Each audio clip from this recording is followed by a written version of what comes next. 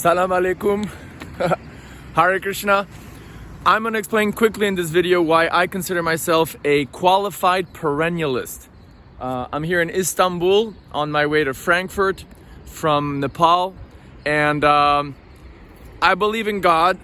I believe in a personal God, and this channel is about God specifically as described in the Vedic literatures from ancient India, specifically two texts called the Bhagavad Gita and the Srimad Bhagavatam, which are described and which describe themselves as having the power of purifying consciousness, of elevating consciousness, of reawakening dormant love for God.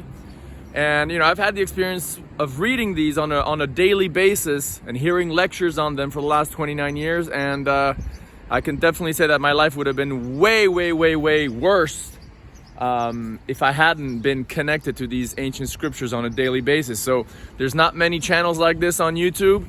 I'm a really normal, ordinary guy, but the content of this channel, specifically when we quote passages from these ancient texts, is unique and powerful and very helpful for you spiritually as well as materially, because if you're doing okay spiritually, then you'll do as materially well as you possibly can, and more.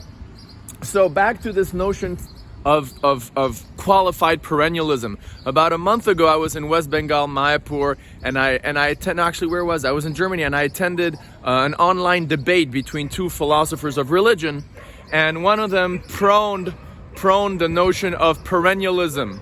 And it's the idea, sorry for the dogs barking, it's this idea basically that all roads lead to the same thing, all spiritual traditions, all religions lead to the same goal. And I agree and I don't agree, and I think it's quite telling that I'm speaking this right, with the mosque behind me, because I believe that all monotheisms lead basically to the same goal.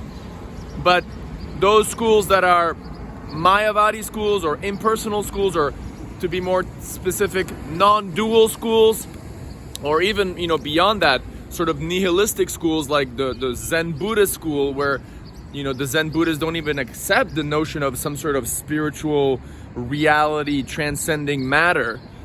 No, they don't lead to the same goal, right?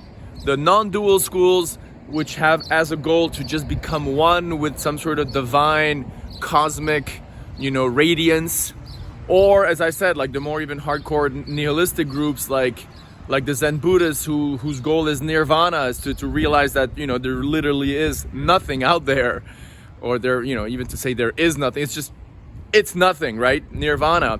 Those schools do not go to the same destination in terms of worship as the monotheisms, as the theisms or monotheisms out there. That's why I call myself a qualified perennialist. Now, when you're talking about Islam, when you're talking about Judaism, when you're talking about Christianity, and when you're talking about Vaishnavism or Krishna or Vishnu Bhakti within the Hindu tradition, now you have a monotheistic concept, a monotheistic model. You have a personal God who's, up somewhere and also within the heart, fine, but he's not you and you are not him. You may be one with him in quality but not in quantity. The idea is God is infinitely great and we are very minute, and then there's this relationship, le relationnel, as we say in French. There's a relationship between God and the soul, and the soul remains individual in his or her relationship with God, and the soul expresses devotion towards God, and God gives mercy and grace to the soul. And then when you die, there's a kingdom of God, whether you call it heaven or whether you call it Vaikunta or whether you call it Goloka Vrindavan.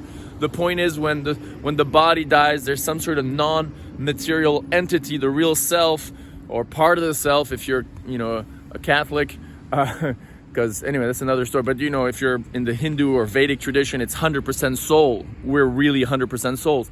And then you go to the eternal home of the soul. So in that sense, I believe that God's not an idiot. And he understands the intention of the soul. Now, to be specific, and I think all souls and all theistic traditions are aiming at the same goal.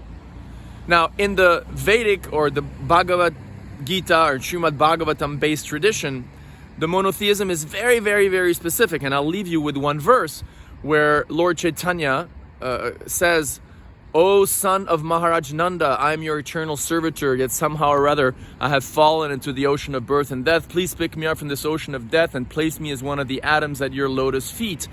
So there's this idea that God has lotus feet, that God appeared on this earth, that God appeared as the quote-unquote son of a great soul called King Nanda. Right? So it's extremely specific, Krishna who plays the flute. And I believe, and people who follow the Bhakti tradition, that that's ultimately the supreme person. That's the supreme person. Whereas obviously, you're in front of a mosque, Muslims are not going to say that, Allah is the son of Nanda Maharaj or Christ, So different traditions, different, descriptions, notions of God. But again, qualified perennialism. All these monotheisms are basically aiming at that supreme same person. The focus may be off, I believe, and God totally understands. Okay, yeah, I understand you're trying to reach me. So you shouldn't be, sectarian. You should see that basically all monotheistic traditions are on the same team. We're pushing this idea of a supreme person, of a supreme being, who's ultimately the supreme creator, the supreme controller, and we're on the same team. And the enemy that we have basically is, or are those who prone atheism, the physicalism, the idea that there's no consciousness, there's no soul, and all that, and the non-dual schools, who are imperfect in their realizations, and not to speak of the nihilistic schools like the Zen Buddhists, who just are wrong, we believe, in claiming that there is no such thing as a soul. We do believe there's a soul, and we do believe there's a supreme God. See you next time. Salam alaikum.